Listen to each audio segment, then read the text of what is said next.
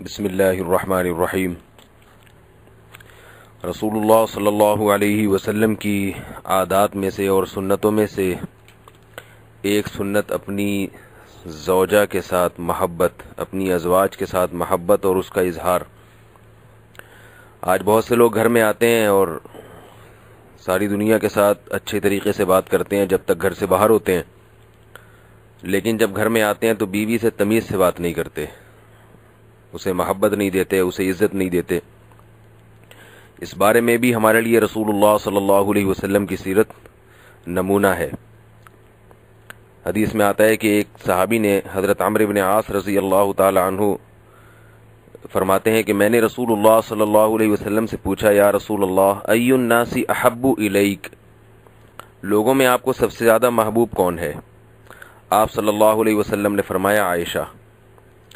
میں نے عرض کیا، یا رسول اللہ، من الرجال، مردوں میں؟ آپ نے فرمایا، ابوہا، عائشہ کے والد۔ اس حدیث سے معلوم ہوتا ہے کہ آپ صلی اللہ علیہ وسلم نے کسی صحابی کے سامنے اپنی زوجہ سے محبت کا برملا اعلان فرمایا، اظہار فرمایا۔ آج اگر کسی آدمی سے پوچھا جائے کہ آپ کو سب سے زیادہ محبت کس سے ہے، تو اگر اسے بالفرض اپنی بیوی سے ہوگی بھی تو بتاتے ہوئے شرمائے گا، اور بعض مرتبہ تو اسے اپنی بے عزتی خیال کرتا ہے کہ میں کسی کو یوں کہوں کہ میں اپنی بیوی سے بہت محبت کرتا ہوں، اس لیے کہ اسے ڈر یہ ہوتا ہے لوگ طانے دیں گے، جورو کا غلام ہے، بیوی کا غلام ہے، عورت کا غلام ہے۔ تو یہ بات درست نہیں ہے، نبی صلی اللہ علیہ وسلم کی سیرت کے خلاف ہے۔ صحابی نے یہ نہیں پوچھا کہ یا رسول اللہ، آپ کو اپنی بیویوں میں کس سے زیادہ محبت ہے، اور یہ بھی نہیں پوچھا کہ عورتوں میں کس سے زیادہ محبت ہے، بلکہ صحابی کا سوال یہ تھا، سب سے زیادہ محبت کس سے ہے؟ تو آپ صلی اللہ علیہ وسلم نے اپنی بیوی سے ابتدا فرمائی، اور بیوی کے والد کا ذکر بھی دوسرے نمبر پہ فرمایا۔ حالانکہ اس پر اہل سنت والجماعت کا اتفاق ہے کہ آپ صلی اللہ علیہ وسلم کو سب سے زیادہ محبت حضرت ابو بکر سے تھی، تبھی حضرت ابو بکر کا مقام سب سے زیادہ ہے۔ لیکن اس موقع پر آپ صلی اللہ علیہ وسلم نے جواب کیا دیا؟ حضرت عائشہ کا نام لیا، یہ ظاہر کرنے کے لیے کہ عورتوں میں مجھے سب سے زیادہ محبت اپنی زوجہ عائشہ سے ہے، اور ان کا پہلے نمبر پہ تذکرہ کیا، فضیلت کو ظاہر کرنے کے لیے اور یہ حکمت بیان کرنے کے لیے کہ اپنی زوجہ سے محبت کا برملا اعلان کرنا یہ کوئی بے عزتی کی بات نہیں ہے، یہ مرد کی مردانگی کے خلاف نہیں ہے۔ ایک حدیث میں آتا ہے کہ ایک صحابی کے سامنے نبی صلی اللہ علیہ وسلم کے انتقال کے بعد کسی شخص نے حضرت عائشہ رضی اللہ تعالی عنہ کے شان میں گستاخی کی۔ وہ صحابی حضرت عمار ابن یاسر رضی اللہ تعالی عنہ تھے۔ ان کے سامنے کسی نے حضرت عائشہ کو کچھ کہا تو حضرت عمار ابن یاسر نے فرمایا، اغرب مقبوحا ممبوحا اتوذی حبیبۃ رسول اللہ صلی اللہ علیہ وسلم، اسے بددعا دی کہ خدا تیرا ناس کرے۔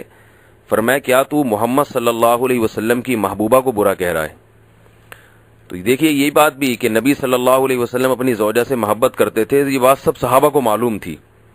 تو یہ بھی زوجہ سے محبت کی ایک علامت ہے کہ آپ اتنی محبت کے سب میں مشہور ہو گیا۔ تو آپ صلی اللہ علیہ وسلم اس کے علاوہ بھی حضرت عائشہ رضی اللہ تعالی عنہا سے محبت کا اظہار فرمایا کرتے تھے۔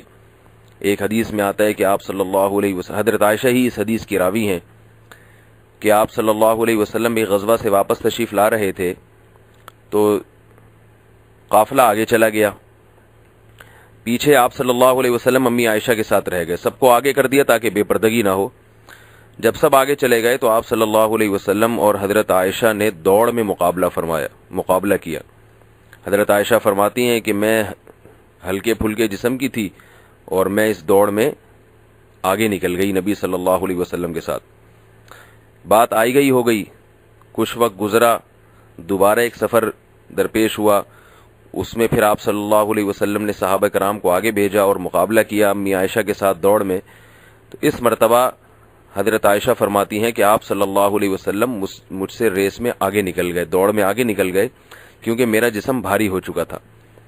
حضرت مولانا اشرف علی تھانوی رحمہ اللہ تعالیٰ نے فرماتے ہیں کہ کیا کسی دیندار میں اتنا جگر ہے آج کہ اپنی زوجہ کے ساتھ ایسی بے تکلفی کا معاملہ کرے کہ اس سے دوڑ میں مقابلہ کر رہا ہے؟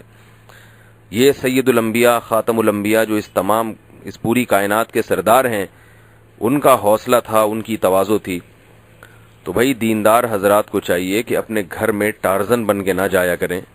جاتے ہی فتوے جھاڑنا شروع کر دیتے ہیں، یہ حلال ہے، یہ حرام ہے، یہ کیا ہو رہا ہے، یہ غلط ہو رہا ہے، یہ صحیح ہو رہا ہے. کچھ تھوڑا سا محبت بھی دینے کی کوشش کریں اور ذہن سازی کی بھی کوشش کریں. یہ نہیں کہ آپ ان کو بالکل چھوڑ دیں، جیسے چاہیں وہ زندگی گزاریں. یہ تو نہیں ہے. قرآن مجید میں اللہ کا حکم ہے، قوا انفسکم اہلیکم نارا، اپنے آپ کو اور اپنے گھر والوں کو جہنم کی آگ سے بچاؤ.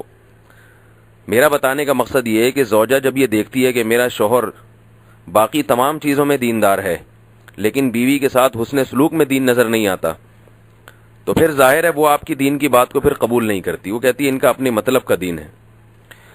تو آپ گھر میں زوجہ کے ساتھ حسن سلوک نہیں کر رہے، وہ اخلاق نہیں برت رہے جو نبی صلی اللہ علیہ وسلم کے اخلاق ہیں، اور آپ باقی چیزوں میں توقع رکھتے ہیں کہ وہ دین پہ چلے گی، تو ظاہر ہے اس سے پھر معاملہ خراب ہوتا ہے. وہ کہتی ہیں کہ بھئی یہ نفس پرستی والا دین ہے.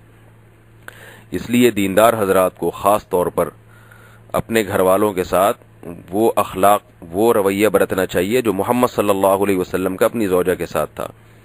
ہاں یہ ضرور ہے کہ اس کی کچھ حدود ہیں، کچھ ایسا نہیں ہے کہ شریعت نے بالکل چھوڑ دیا ہے کہ زوجہ جو چاہے کرتی پھرے، آپ اسے کچھ بھی نہ کہیں. اس کے درجات ہیں، لیکن اصل بہرحال اخلاق ہے. اور محبت سے جو ذہن سازی ہوتی ہے وہ مار پیٹ سے اور سختی سے نہیں ہوتی. سختی اور مار پیٹ اور جو ہے وہ سختی کا جو نمبر ہے وہ آخر میں آنا چاہیے. اللہ تعالی ہم سب کو ان اخلاق کے اختیار کرنے کی توفیق عطا فرمائے جو رسول اللہ صلی اللہ علیہ وسلم کے تھے، تاکہ ہمارے گھروں میں جنت کا ایک ماحول پیدا ہو، سکون اطمینان کا ماحول پیدا ہو. اللہ تعالی عمل کی توفیق عطا فرمائے.